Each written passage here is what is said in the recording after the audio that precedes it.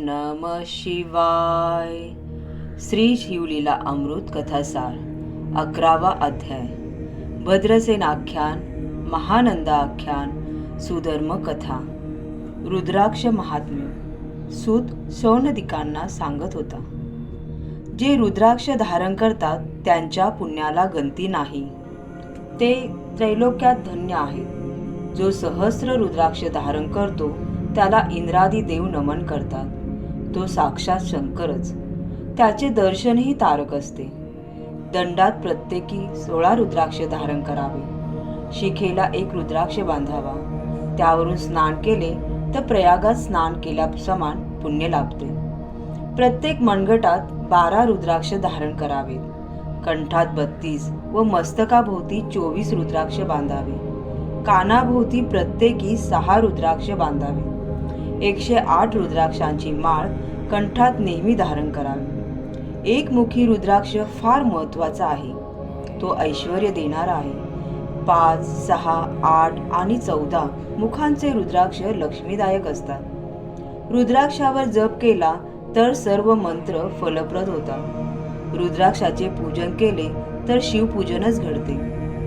रुद्राक्षांचा महिमा फार मोठा आहे. याविषयी एक इतिहास आहे, तो श्रवण करावा. भद्रसेन सुधर्म तारक आख्यान. काश्मीर देशात भद्रसेन नावाचा एक राजा होता. तो प्रजेला फार प्रिय होता. न्यायी, चतुर, पंडित आणि विवेकी होता. त्याची भार्या सुंदर, प्रतिवता व सद्गुणी होती. पूर्व पुण्याईनेच अशी भार्या लाभते.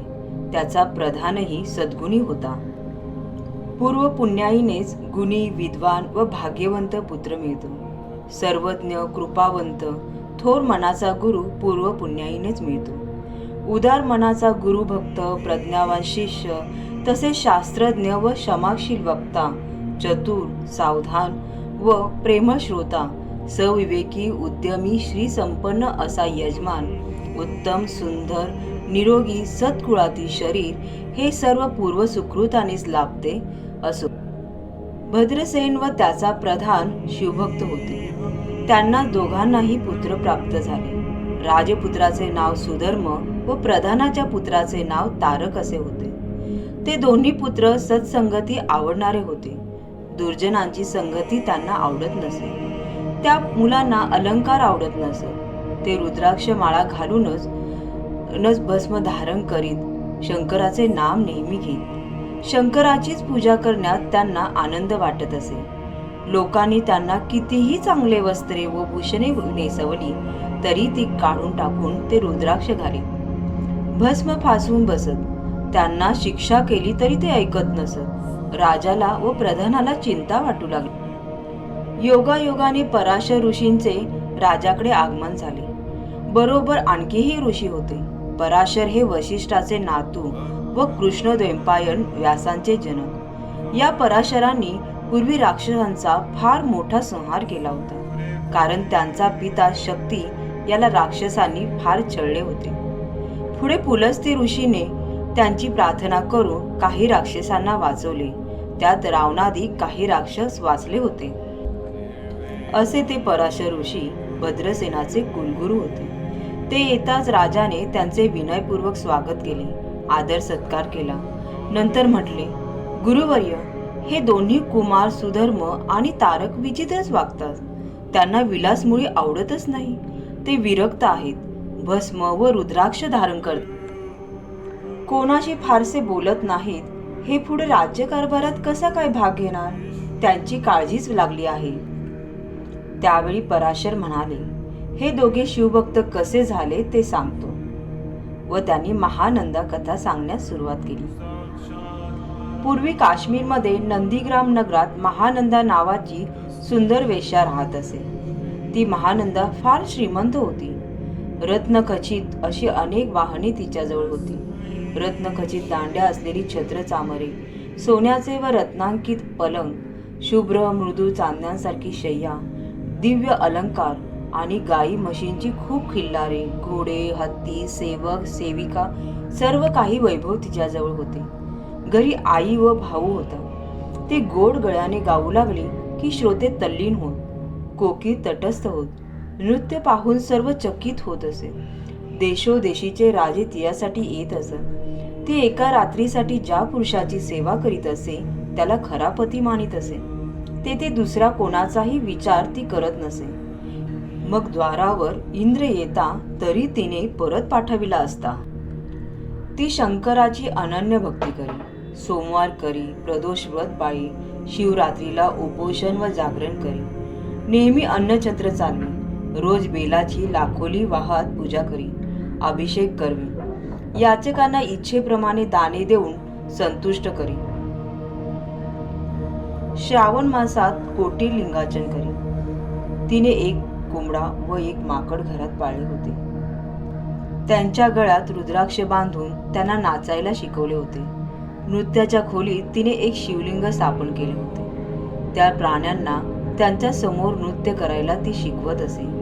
तेथेच त्यांना बांधून ठेवली. महानंदा शिवपुराण ऐके, नृत्य करी. ते श्रवण करीत, नृत्य पाहत, गायन ऐकत ती त्यांच्या अंगाला व कपाळावर आपल्या हाताने विभूती लावी. तिच्या संगतीने त्यांना शिवभक्ती घडे. महानंदेची परीक्षा पाहावी म्हणून शंकर सौदागराच्या वेशाने एकदा तिच्याकडे आला. त्यांचे स्वरूप पाहून ती महानंदा तल्लीन झाली. तिने त्यांचे स्वागत केले व हाताला धरून मंचकावर बसवले. त्यांच्या हातात एक अत्यंत मूल्यवान कंकण तिने पाहिले. तिचे लक्ष कंकणाकडे आहे असे पाहून त्याने ते कंकण काढले व तिच्या हातात घातले. त्यावेळी तिला फारच आनंद झाला आणि ती म्हणाली, हे कंकण तर पृथ्वीवर अगदी दुर्लभ आहे. मीही दुर्लभ अशी 32 लक्षणी नारी आहे. आजपासून 3 दिवस मी आपली अनन्य भावे सेवा करीन. सौदागर म्हणाला, मी शिवभक्त आहे. मजजवळ एक दिव्य शिवलिंग आहे. ते आता 3 दिवस तू सांभाळ. पण एक लक्षात ठेव, हे लिंग माझा जीव की प्राण आहे. तू ते भंग होऊ देऊ नको, हरवू नको. ते जर नष्ट झाले आणि दग्ध झाले तर मी तात्काळ अग्निप्रवेश करेन. असे म्हणून त्याने एक लखलखी शिवलिंग वस्त्रातून काढले व तिच्याजवळ दिले. तिला ते पाहता ध्यानच लागले. मग तिने ते आपल्या नृत्याघरात नेऊन ठेवले. रात्र झाली. सौदागर व महानंदा शयन करण्यास गेले. शिवाने तिची कसोटी पाहण्यासाठी आपल्या मायेने नृत्यशाळेस आग लावली आणि जिकडे तिकडे धावपळ सुरू झाली. त्यांनी नंतर महानंदीला उठवले. उठ, आग लागली बघ. ती एकदम उठली तो काय, आग सर्वत्र पसरलेली. तेवढ्यात तिने कोंबडा व माकड यांच्याकडे धाव घेतली व त्यांची बंधने सोडून त्यांना सोडून दिले. त्यांचे प्राण वाचले, पण नृत्यागार जळून गेले. आग आटोक्यात आली. सौदागराने एकदम विचारले, अगं माल, पण माझे शिवलिंग ते कुठे आहे? नृत्यागारातच ते ठेवले होते. हाय हाय, भस्म होऊन गेले त्याचे. शिव शिव शिव, आता मी काय करू? माझा केवढा हा अपराध झाला. असे म्हणत महानंदा ऊर पेटून आक्रोश करू लागली. तो सौदागर म्हणाला, आता मला अग्निप्रवेश केल्याशिवाय गत्यंतर नाही. त्या आत्मलिंगाविना मी जगू शकत नाही. आणि महानंदा रडत असतानाच तिच्या वाड्यातील पेटलेल्या लाकडांचा अग्नी प्रदीप्त करून त्याने ओम नमः शिवाय अशी गर्जना करून एकदम त्या अग्नीत उडी घेतली. महानंदा त्याची अनन्य सेवा 3 दिवस करणार होती. तो तिचा पती होता. आता जगून काय करायचे म्हणून तिनेही सर्व संपत्ती दान देऊन व रुद्राक्ष भस्म धारण करून शुभ्र वस्त्र लेवून त्याच अग्नीत शिवनामाचा घोष करीत उडी टाकली. ती सती गेली. तो काय महान आश्चर्य घडले. एकदम त्या अग्नीची दाहकता नष्ट होऊन तो कैलासनाथ चंद्रमौळी साक्षात प्रकटला. त्या दशभुजा पंचमुख शिवाचे रूप दिव्य होते. तो म्हणाला, महानंदे, मीच सौदागर म्हणून आलो होतो. तुझ्यावर मी प्रसन्न झालो आहे. तू वर माग. महानंदा म्हणाली, हे संपूर्ण नगर उद्धरून जाऊन. शंकराने तथास्तु म्हटले. तेथे एक अत्यंत विशाल विमान आले. त्यात माता, बंधू यासह सती, महानंदा व सर्व नागरिक यांना बसून शिवाने कैलासास नेले. त्या शिवलोकात आधी वाधी नाहीत. क्षुधा, तृषा यांचा त्रास नाही. भेदबुद्धी नाही. कामाधिक षडविकार नाहीत. द्वंद्व, दुःख नाही. अमृतासारखे मधुर जल तेथे असून देववृक्षांची अपार वने व गोधन आहे. चिंतामणी जडवलेले खांब व भिंती असलेले निवासस्थाने तेथे भक्तांसाठी आहेत. स्वप्नातही शिवभक्त जे बरळतात ते त्यांना तेथे प्राप्त होते. महानंदा शिवलोकी गेली. तिने पाळलेल्या कोंबडा व माकड शिवभक्तीच्या प्रभावाने आता राजपुत्र व प्रधानपुत्र म्हणून जन्मास आले आहेत. पराशर पुढे म्हणाले, सुधर्म व तारक हे नावाप्रमाणेच तुमचा उद्धार करतील यात संशय नाही. तेव्हा भद्रसेन आपल्या प्रधानासह पराशरांच्या पाया पडला व स्वतःला धन्य मानू लागला.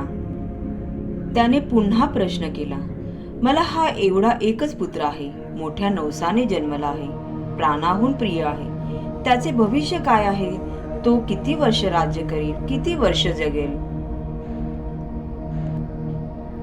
पराशर म्हणाले, मी सत्य सांगेन, पण तुम्हाला फार दुःख वाटेल. सर्व सभाजन दुःखी होतील. मी जर खरे बोललो नाही तर मूर्ख ठरेन, पण खरे बोलेन ते तुला विषाहून कडू वाटेल. भद्रसेन म्हणाला, सत्य सांगा, अनुमान करू नका, मग आम्हाला दुःख होईल ते होईल. पराशर म्हणाले, आजपासून 7 दिवसांनी सुधर्म या तुझ्या पुत्राला 12 वर्षे पूर्ण होतात. त्याच दिवशी त्याचा मृत्यू ठरलेला आहे. भद्रसेनावर जणू वज्राघात झाला. तो मूर्छित होऊन एकदम धरणीवर कोसळला. सर्वजण हळहळू लागले. अंतपुरात तर फारच शोक झाला.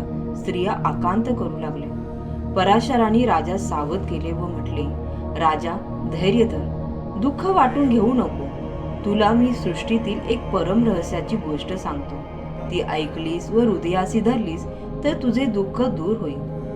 भद्रसेनाचे मन थोडे ताळ्यावर आले. पराशरांनी त्याला सृष्टीचा उत्पत्ती क्रम सांगितला. वेद कसे उत्पन्न झाले ते सांगितले व पुढे म्हणाले, 4 वेदांचे परम रहस्य त्यांचे सार म्हणजे रुद्राध्याय होय. ह्या रुद्राध्यायापेक्षा गुह्य असे ज्ञान त्रैलोक्यात कोठेही नाही. यापेक्षा मोठे साधन नाही. हा संपूर्ण शिवरूपच आहे. जे हा रुद्राध्याय वाचतात, त्यांची पारायणे करतात, त्यांच्या दर्शनाने सुद्धा लोक तरुण जातात. ब्रह्मदेवाने एकांतात आपल्या 7 पुत्रांना त्याचा उपदेश प्रथम केला. मग त्या ऋषीपासून संप्रदाय परंपरेने रुद्राध्याय भूलोकात आला. त्याहून अन्य जप तप ज्ञान दुसरे नाही. जो रुद्राध्यायाचे संपूर्ण पठण व जप करतो त्याच्या दर्शनाने तीर्थे पावन होतात. देवही त्यांच्या दर्शनासाठी उत्सुक असतात. एकेकाळी या रुद्राध्यायाची साधना एवढी वाढली की पुण्य वृद्धीने सर्वजण शिवलोकी जाऊ लागले. त्यामुळे यमाची पुरी ओस पडली. यमदूतांना कामच उरले नाही. हातातील पाश टाकून ते नुसतेच फिरू लागले. तेव्हा यमाने ब्रह्मदेवाकडे तक्रार केली. सृष्टीची मूळ व्यवस्था बिघडू नये अशी विनंती केली. तेव्हा ब्रह्मदेवाने अभक्ती नामक कृत्या निर्माण केली. ती अभक्ती कृतकवादी लोकांच्या मनात शिरली. त्यांची मत्सरी वृत्ती शांतीने वाढवली.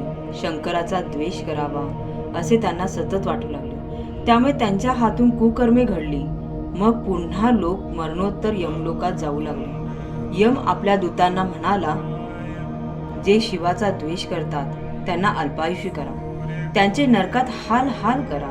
जे हरिहर यांच्यामध्ये उच्च नीच भेद मानतील त्यांनाही नरकामध्ये टाका.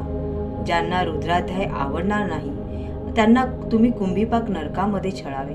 रुद्राचे अनुष्ठान करतील त्यांना दीर्घायुष्य द्यावे. एवढे सांगून पराशर म्हणाले, भद्रसेना, तू 10 सहस्र रुद्रावर्तने कर, शंकरावर अभिषेक कर. असे केले तर मृत्यू टळतो.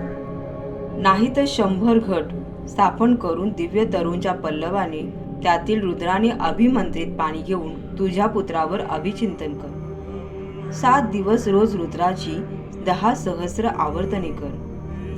पराशरांनी सांगितलेला उपाय ऐकून राजाने त्यांची स्तुती केली आणि त्यांच्या चरणी वंदन केले. पराशरांना त्याने सर्व विधीसाठी आचार्य म्हणून नेमले व अनेक ब्राह्मण बोलावले. 1000वा ब्राह्मण जमले व त्या सच्चिल ब्राह्मणांनी आवर्तने सुरू केली. 1000 घटांची स्थापना केली होती. त्यात मंदाकिनीचे जल भरले होते. घटात आम्रपल्लव घातले होते. रुद्रघोष सुरू झाला. 6 दिवस रुद्रानुष्ठान चालू होते. 7व्या दिवशीही अनुष्ठान चालू असता मध्यान्ह काळ झाला. राजपुत्राच्या मृत्यूचा काळ जवळ येऊन ठेपला. तो एकदम मूर्छित पडला. काही वेळ त्याची हालचाल बंद पडली. राजा फारच घाबरून गेला, पण गुरु पराशरांनी त्याला अभय दिले. रुद्रमंताने पावन झालेले जल त्यांनी पुत्राच्या अंगावर सिंचन केले.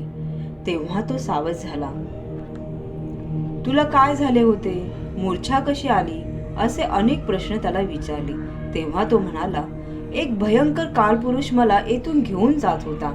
तो चौघे पुरुष धावत आले आणि त्यांनी मला त्यांच्या हातून सोडवले.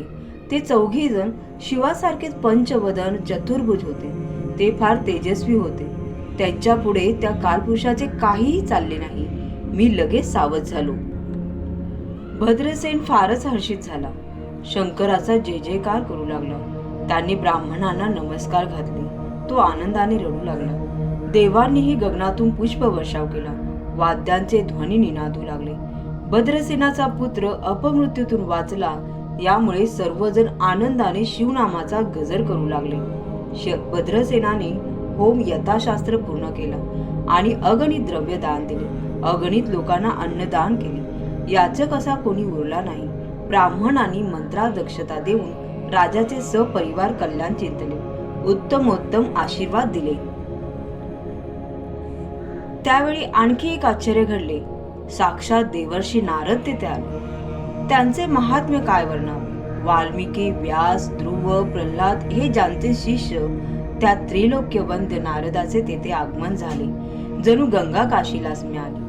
सुगंध वनात वसंत ऋतू आला. अथवा दुर्दैवी माणसाला चिंतामणी सापडला. ते 14 विद्या 64 कला जाणणारे, मुखाने नारायण नाम घेत सर्वत्र संचार करणारे, नारायणाचे श्रेष्ठ भक्त नारद. त्यांचे आगमन होतात यज्ञकुंडातून अग्नी मूर्त रूप घेऊन प्रकट झाला व स्वतःच्या दक्षिण अग्नी, ग्रहपत्य अग्नी, आवनीय अग्नी अशा तिन्ही रूपांनी त्यांना सामोरं झाला. राजा सर्व ब्राह्मणांसह व प्रधानासह त्यांच्या स्वागतासाठी तत्पर झाला. त्या नारदांची पूजा केली. त्यांना कुशल विचारले. पराशर आणि नारद परस्परांना भेटले. राजा म्हणाला, हे देवर्षी, आपण द्रष्टे आहात. त्रिखंडात सर्वत्र संचार करणारे आहात. आपल्याला काही विशेष दिसले किंवा कळले असेल तर सांगण्याची कृपा व्हावी. नारद म्हणाले, येताना वाटेत मी 4 शिवदूत पाहिले. ते मृत्यूला हाकलून नेत होते. तुझ्या पुत्राचा मृत्यू टळला हा रुद्राच्या अनुष्ठानामुळे. धन्य धन्य. मी आणखी असे पाहिले की शंकराने वीरभद्र या स्वतःच्या पुत्रालाच तुझ्या पुत्राच्या रक्षणार्थ पाठवले होते. वीरभद्र मृत्यूला म्हणत होता, तू कोणाच्या आज्ञेवरून सुधर्माला नेत आहेस? तुला रुद्राचा महिमा ठाऊक नाही का? ह्याला दीर्घायुष्य आहे. तो सार्वभौम राजा होणार आहे. तेव्हा यमाने चित्रगुप्ताजवळ लेख पाहिला. त्यात 12व्या वर्षी मृत्यूयोग होता, परंतु रुद्र अनुष्ठानाच्या पुण्याने टळला होता. तसे झाले तर दीर्घायुष्य व राजयोग होतो. अर्थात सुधर्माला यमलोकात नेणे योग्य नव्हते. यमाच्या हे लक्षात आले तेव्हा त्याने वीरभद्राची क्षमा मागितली आणि तो निघून गेला असे नारद म्हणाले. राजाने नारदांना पुन्हा वंदन केले. नारद निघून गेले. त्यांच्या सांगण्यावरून राजाने सहस्र रुद्रावर्तने केली. मोठा उत्सव केला. शतरुद्र केला तर माणूस शतायू होतो. हा 11वा अध्याय नित्य पठण करणारा अंतःकरणाने शिवाशी जोडला जाईल. तो इथेच मुक्त होईल. त्याचे चरण तीर्थ घेतले तर इतरही उद्धरून जातील. राजाने पराशर ऋषींना पुष्कळ धन देऊन संतुष्ट केले आणि सुधर्म व तारक यांना आशीर्वाद देऊन नंतर पराशर ऋषीही निघून गेले. हे भद्रसेनाचे आख्यान जे वाचतील त्यांना दीर्घायुष्य व संतती प्राप्त होईल. त्यांना मरणोत्तर शिवलोकात गती प्राप्त होईल. एकदा वाचला तर सहस्र कपिला गायींचे दान दिल्याचे पुण्य लावे. अभक्ष भक्षण, मद्यपान, ब्रह्महत्या इत्यादी महापापे भस्म होतील. कलियुगात शिवकीर्तनाचे महात्म्य विशेषच आहे. शिवाचे लीला अमृत पठण करणे लोकांस दीर्घायुष्य देणारे आहे. भद्रसेनाने मुलाला राज्य दिले. तारक यास युवराजपद दिले. प्रधानाला बरोबर घेऊन राजा तप करण्यासाठी वनात गेला. तेथे शिवाची उपासना करून त्यांनी अंती शिवलोकी प्रयाण केले. त्यांच्या इच्छेप्रमाणे त्यांना ब्रह्मलोकात, इंद्रलोकात व वैकुंठातही पुष्कळ काळ आनंदाने निवास करता आला. तो व प्रधान शिवरूप झाले. फलश्रुती. हा 11वा अध्याय एकादश रुद्रांचीच मूर्ती आहे. त्याच्या पठणाने 11 रुद्र संतुष्ट होतात. हा कल्पतरू इच्छित फल देणारा आहे. मृत्युंजयाचा जप व या अध्यायाचा पाठ यांनी ग्रहपीडा, पिशाच बाधा, दारुण व्याधी यांची बाधा होत नाही. यावर अविश्वास ठेवणारा अल्पायुषी होतो. याची निंदा करील त्याला स्पर्शही करू नये. त्याचा जन्मच व्यर्थ. त्यांची संगती नको, त्यांच्याशी भाषण नको, त्याला घरी आणू नये, त्याच्या घरी जाऊ नये. सिंहाच्या गुहेप्रमाणे ते दुरून टाळावे. अहो, विष खाणारा मरणार यात शंकाच नाही. त्याची संगती तशीच असते. या अध्यायाचे नित्य वाचन करावे. शिवलीला मृत ग्रंथ संपूर्ण वाचणे जमले नाही तर हा एकच अध्याय पूर्ण कल्याणकारक आहे. नित्य पठण करणारा, रुद्रानुष्ठान करणारा जाणावा. श्रीधराला स्वामी हे ब्रह्मानंद गुरु हे शिवरूपच आहेत. तेच आनंदाचे अक्षय निधान. स्कंद पुराण ब्रह्मोत्तरखंड शिवलीला अमृताचा 11वा अध्याय श्रोते नित्य श्रवण करून श्री सांब सदाशिव अर्पणम अस्तु. ओम नमः शिवाय.